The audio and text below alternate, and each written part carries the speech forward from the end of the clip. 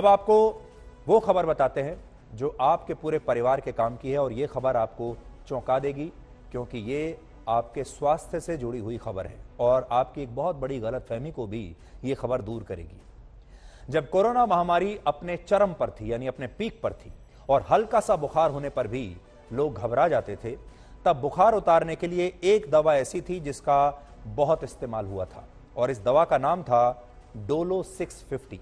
इसका नाम लोगों की जुबान पर चढ़ गया था और कई लोग तो इस दवा को हर समय अपनी जेब में रखकर घूमते थे। किसी को भी स्वास्थ्य से जुड़ी जरा सी भी कोई दिक्कत हो तो हर कोई यही कहता था कि डोलो ले लो, बिल्कुल ठीक हो जाओगे। और आप अगर आज भी चेक करेंगे तो इस वक्त भी आपके घर में डोलो का एक पत्ता शायद कहीं जरूर पड़ा होगा। यह दवा कुछ ही समय में पूरे बाजार पर और लोगों के दिलो दिमाग पर छा गई थी। तब किसी ने यह सोचा नहीं कि अचानक हर तरफ डोलो लेने की सलाह क्यों दी जा रही है। सोशल मीडिया की भाषा में कहें तो डोलो दवाओं की दुनिया में वायरल हो गई, ट्रेंड करने लगी। लेकिन अब बुखार कम करने वाली डोलो और उसे बनाने वाली कंपनी को लेकर एक ऐसे फ्रॉड का खुलासा हुआ है जिसे जानकर आपको शायद बुखार चढ़ जाएगा। आज हम इसी फ्रॉड का एक ब्लैक एंड व्हाइट विश्लेषण करेंगे। ये ब्लैक एंड व्हाइट विश्लेषण कुछ लोगों को चुभेगा भी, लेकिन हमें आपके स्वास्थ्य की ज्यादा चिंता है। Central board of direct taxes यानी सीबीडीटी ने यह दावा किया है कि डोलो 650 बनाने वाली कंपनी माइक्रो लैब्स लिमिटेड ने अपने प्रोडक्ट को बढ़ावा देने के लिए गलत हथकंडों को अपनाया था। इस कंपनी ने अपनी दवा की बिक्री बढ़ाने के लिए डॉक्टर्स और मेडिकल प्रोफेशनल्स को गिफ्ट्स देने पर 1000 करोड़ रुपए खर्च किए। सीबीडीटी ने यह भी बताया कि डोलो बनाने वाली कंपनी की तरफ से आयकर विभाग को रिसर्च और डेवलपमेंट पर खर्च का जो ब्यौरा दिया गया वो भी गलत था। सीबीडीटी को छापों में कंपनी के पास से 1 करोड़ 20 लाख रुपए मिले और इनका भी कोई रिकॉर्ड नहीं है। साथ ही 1 करोड़ 40 लाख रुपए का सोना और हीरे भी जब्त किए गए हैं। सीबीडीटी के सामने 1000 करोड़ रुपए के फ्री गिफ्ट्स बांटने का राज तब खुला जब उन दस्तावेजों और डिजिटल डेटा की जांच हुई जिन्हें इनकम टैक्स विभाग की टीम ने माइक्रो लैब्स लिमिटेड पर पड़े छापों में जब्त किया था। और ये छापे 9 राज्यों में मौजूद कंपनी के 36 ठिकानों पर मारे गए थे। इस फ्रॉड में दवा बनाने वाली कंपनियों की मार्केटिंग स्ट्रेटेजी का एक काला सच छिपा हुआ है जिसे आपको जरूर आज जानना चाहिए। और इस काले सच में मरीजों की भलाई का कोई स्थान नहीं है, सिर्फ मुनाफा ही अंतिम सत्य है। माइक्रो लैब्स लिमिटेड ने डोलो की बिक्री बढ़ाने के लिए जो गलत और गैर कानूनी तरीके अपनाए, उसका असर यह हुआ कि कोरोना काल में डोलो 650 को डॉक्टर्स ने जमकर प्रमोट किया और लोगों ने इस दवा को बुखार उतारने के लिए एक रामबाण दवा मान लिया। कोरोना महामारी के दौरान डॉक्टर सबसे ज्यादा डोलो 650 ही प्रेस्क्राइब कर रहे थे और फिर लोग इसे बिना डॉक्टर के प्रेस्क्रिप्शन के भी अपने आप इस्तेमाल करने लगे। बड़ी तेजी से डोलो 650 घर घर में एक जाना पहचाना नाम बन गई और अब पता चलता है कि डोलो की यह डिमांड आर्टिफिशियल थी। जिसके लिए इसे बनाने वाली कंपनी ने हजारों करोड़ रुपए खर्च किए। और इसे और गहराई से समझने के लिए आपको आज सबसे पहले यह जानना होगा कि डोलो बनाने वाली कंपनी का प्रोफाइल कौन है, क्या है, यह कंपनी कौन है। डोलो 650 को बेंगलुरु की एक दवा कंपनी माइक्रो लैब्स लिमिटेड बनाती है, जो एक स्वदेशी दवा निर्माता कंपनी है। और इस कंपनी की शुरुआत वर्ष 1973 में उस वक्त के मद्रास यानी चेन्नई में हुई थी। यानी ये आज की कंपनी नहीं है, बहुत पुरानी कंपनी है। आज माइक्रो लैब्स लिमिटेड 30 से ज्यादा देशों को अपनी दवाएं एक्सपोर्ट करती है, जिसमें यूएस, यूके, रशिया, ऑस्ट्रेलिया और न्यूजीलैंड जैसे देश शामिल हैं। यह कंपनी हर साल 920 करोड़ रुपए की दवाएं एक्सपोर्ट करती है। इस कंपनी का सालाना टर्नओवर 2700 करोड़ रुपए का है और वर्ष 2009 में फार्मास्यूटिकल लीडरशिप समिट में माइक्रो लैब्स को कंपनी ऑफ द ईयर चुना गया था। वर्ष 2010 में डोलो ब्रांड को बेस्ट मैनेज्ड ब्रांड का अवार्ड भी मिला था। माइक्रो लैब्स ने अपने पैरासीटामोल ब्रांड डोलो को 650 mg की श्रेणी में वर्ष 1993 में लॉन्च किया था। तो सोचिए, इसे 1993 में लॉन्च किया गया था। पैरासीटामोल एक जेनरिक सॉल्ट होता है जिसका इस्तेमाल आमतौर पर दर्द और बुखार कम करने के लिए किया जाता है। अब चाहे क्रोसिन हो, कैलपॉल हो या डोलो हो, फार्मा कंपनियां अलग अलग ब्रांड के नाम से इसी पैरासीटामोल सॉल्ट को बेचती हैं। यह बिल्कुल वैसे ही है जैसे बोतल बंद पानी के लिए बिस्लेरी और फोटोकॉपी के लिए जेरोक्स ब्रांड का इस्तेमाल होता है, वैसे ही पैरासीटामोल को लोग अब डोलो कहने लगे हैं। पहले लोगों के मन में यह दर्जा एक जमाने में क्रोसिन का हुआ करता था। डोलो की लोकप्रियता की एक वजह यह भी है कि डोलो में 650 mg पैरासीटामोल होता है और बाकी के जो ब्रांड्स हैं वो अपनी दवाओं को 500 mg तक ही सीमित रखते हैं। और इसी बात को प्रचारित करने के लिए माइक्रोलैब्स ने कोरोना महामारी के दौरान डोलो के ब्रांड प्रमोशन में FUO यानी fever of unknown origin term का इस्तेमाल किया, जो तेज बुखार में अन्य ब्रांड्स के मुकाबले ज्यादा असरदार साबित होती है। और इसकी वजह से इस कंपनी को डोलो की बिक्री से बहुत मुनाफा हुआ।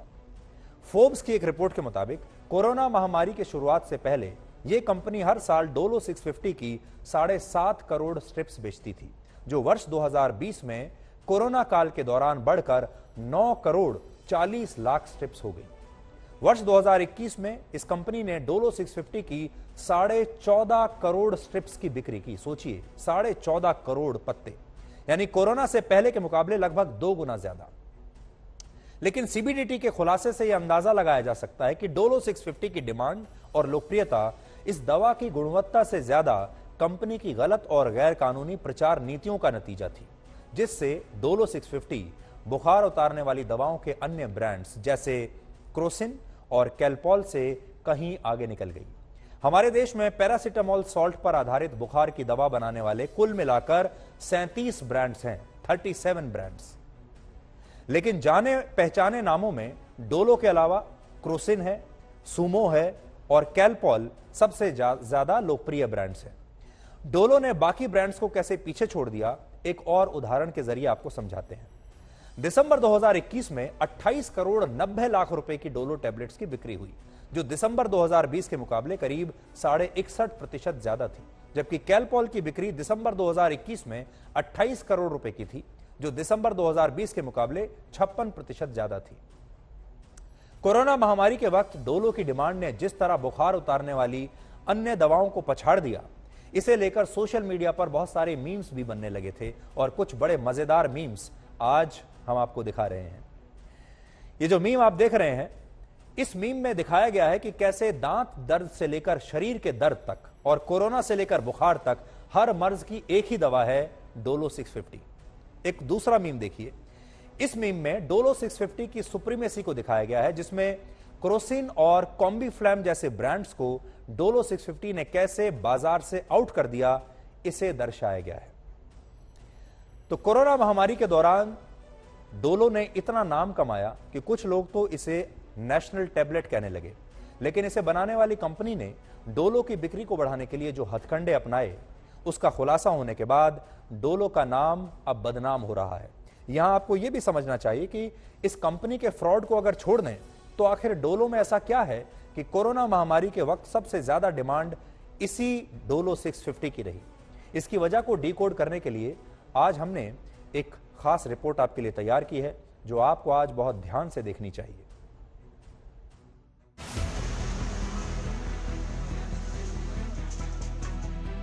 डोलो ले लो, क्रोसिन ले लो या कैलपॉल ले लो, बस ब्रांड्स अलग अलग हैं, कीमतें अलग अलग हैं, लेकिन काम एक है, बुखार और दर्द से राहत। क्योंकि सबका केमिकल सॉल्ट एक है, पैरासीटामोल। पैरासीटामोल वो बेसिक दवा है जो जेनरिक मेडिसिन है, जो कि इसके अंदर है। तो वो डिफरेंट कंपनीज, डिफरेंट ब्रांड से उसको मार्केट करती हैं। तो इस दवा के लिए नहीं, हर दवा के लिए इसीलिए है कि जेनरिक दवा जो रहती है वो केमिकल है, और बाकी वो डिफरेंट ब्रांड से डिफरेंट कंपनीज उसको मार्केट करती हैं। अलग अलग कंपनियां अलग अलग ब्रांड्स नेम से पैरासीटामोल ही बेच रही हैं, तो डोलो ही सबसे ज्यादा क्यों बिक रही है? इसे समझने के लिए आपको शरीर में पैरासीटामोल की खुराक का खेल समझना होगा। डॉक्टर सलाह देते हैं, अगर बुखार और दर्द कम है तो 500 मिलीग्राम यानी 500 mg की पैरासीटामोल 6 घंटे के अंतराल पर लेनी चाहिए। अगर तकलीफ ज्यादा है तो 600 mg की पैरासीटामोल 8 घंटे के अंतराल पर लेनी चाहिए। और अगर बुखार और दर्द असहनीय है तो 1000 mg की दवा 10 घंटे के अंतराल पर ली जा सकती है। इसे कई बार पैरासीटामोल सस्टेन्ड रिलीज कहा जाता है। आसान शब्दों में कहें तो पैरासीटामोल चाहे किसी भी ब्रांड की हो, असर एक जैसा करेगी। बस फर्क इस बात का पड़ेगा कि वो दवा कितने एमजी की है। जितनी ज्यादा एमजी की गोली उतना ज्यादा असर और उतनी ही देर तक असर, जिसे मेडिकल भाषा में सस्टेन्ड रिलीज कहते हैं। इसके लिए एसआर यानी सस्टेन्ड रिलीज टैबलेट का इस्तेमाल होता है। पैरासीटामोल है, कैलपॉल है और डिफरेंट नामों से मार्केट में, लैनॉल है, बड़े नामों से मार्केट में पैरासीटामोल अवेलेबल है, जो कि डिफरेंट स्ट्रेंथ में के 500 है, 650 है, या छोटे बच्चों के लिए कम स्ट्रेंथ में सिरप्स भी अवेलेबल है। सारी दवाइयों में जैसे अगर कंटेंट सेम है तो सबका एक्शन, अगर वो सेम कॉम्पोजिशन है तो सेम ही एक्शन रहेगा उनका। तो ऐसा कुछ नहीं है कि अगर मैं डोलो खा लूंगी तो मुझे जल्दी बुखार से रिलीफ मिलेगा, या फिर मैं पैरासीटामोल, ऐसा कुछ नहीं है। तो जब दवा एक है तो कोरोना काल में डोलो ही सबसे ज्यादा क्यों बिकी? कंपनी के फ्रॉड के अलावा इसकी सबसे बड़ी वजह है डोलो का 650 mg में उपलब्ध होना। कोरोना के सिम्टम में तेज बुखार और बदन दर्द की शिकायत आम बात थी। डोलो के अलावा अन्य ब्रांड 650 mg की टैबलेट नहीं बनाते थे। कोरोना के वक्त माइक्रो लैब्स लिमिटेड ने इस बात को खूब प्रचारित किया और डोलो घर घर में जाना पहचाना नाम बन गई। दवा की दुकानों पर डोलो की डिमांड बढ़ती चली गई। बुखार के लिए जो दवाइयाँ आपके पास उपलब्ध हैं वो कौन सी उपलब्ध होती हैं? नॉर्मली तो हमारे पास सभी होती हैं, लेकिन डॉक्टर जो प्रिस्क्राइब कर रहे थे तो उस समय डोलो ज्यादा प्रिस्क्राइब कर रहे थे। डोलो, हाँ। तो जैसे और कौन सी दवाइयाँ होती है, जरा हमको बताएंगे जो बुखार में खाई जाती है? बेसिकली तो पीसीएम ही रहता है। डोलो है, क्रोसिन है, कालपोल है, इन सब के अंदर पीसीएम ही होता है। पैरासीटामोल जी, इन सभी में पीसीएम होता है, पैरासीटामोल। लेकिन प्रिस्क्राइब जो डॉक्टर साहब लिखते थे तो ज्यादातर डोलो ही लिखते थे। कोई कारण था कि ज्यादा डोलो ही लिखी जा रही थी? वो कारण वैसा तो कुछ नहीं है। वो 650 mg होता है, पीसीएम 500 mg होता है, बस यही कारण। नहीं, कुछ लोग तो एडवांस में ही लेकर रख रहे थे कि बाई चांस ऐसा ना हो कि मार्केट में ना मिले, तो घर पे एक स्टेप रहना जरूरी है। इस कंडीशन में लोग ज्यादातर लेकर रख रहे थे। लेकिन बाकी या तो डोलो हो या कालपोल हो या क्रोसिन हो, पैरासीटामोल, इनमें कोई फर्क नहीं, कोई फर्क नहीं है। ये जरूरी नहीं कि डॉक्टर ने आपको डोलो प्रिस्क्राइब की है तो सिर्फ डोलो ही असर दिखाएगी। दवा की एक जैसी मात्रा वाले दूसरे ब्रांड की दवाएं भी वैसा ही असर करेंगी, क्योंकि डोलो हो, क्रोसिन हो, कैलपॉल हो या कोई अन्य ब्रांड, सब हैं तो पैरासीटामोल ही। मिलन शर्मा, दिल्ली, आज तक। डोलो बनाने वाली कंपनी माइक्रो लैब्स लिमिटेड पर यह आरोप है कि उसने डोलो की बिक्री बढ़ाने के लिए डॉक्टर्स को रिश्वत दी, और इस आरोप पर हमने इस कंपनी के अधिकारियों से संपर्क करने की कोशिश की, इसके मैनेजमेंट से बात करने की कोशिश की, लेकिन उन्होंने हमारे सवालों का कोई जवाब नहीं दिया। हमने माइक्रो लैब्स को एक ईमेल भेजा ताकि कंपनी का पक्ष भी हम आपके सामने रख सकें, लेकिन इस कंपनी की तरफ से, इसके मैनेजमेंट की तरफ से अभी तक हमारे ईमेल का कोई जवाब नहीं आया है। यहां यह भी स्पष्ट करना जरूरी है ब्लैक एंड व्हाइट में कि डोलो ने अपनी दवा में कोई घालमेल नहीं किया था। हम ये बिल्कुल नहीं कह रहे हैं कि ये दवा नकली है या इस दवा में कहीं क्वालिटी पर कोई कॉम्प्रोमाइज किया गया है, ये नहीं कह रहे हैं। एक दवा के तौर पर डोलो में कोई कमी नहीं है। सवाल सिर्फ डोलो के मार्केटिंग करने के हथकंडों और अनैतिक तरीकों पर उठ रहे हैं।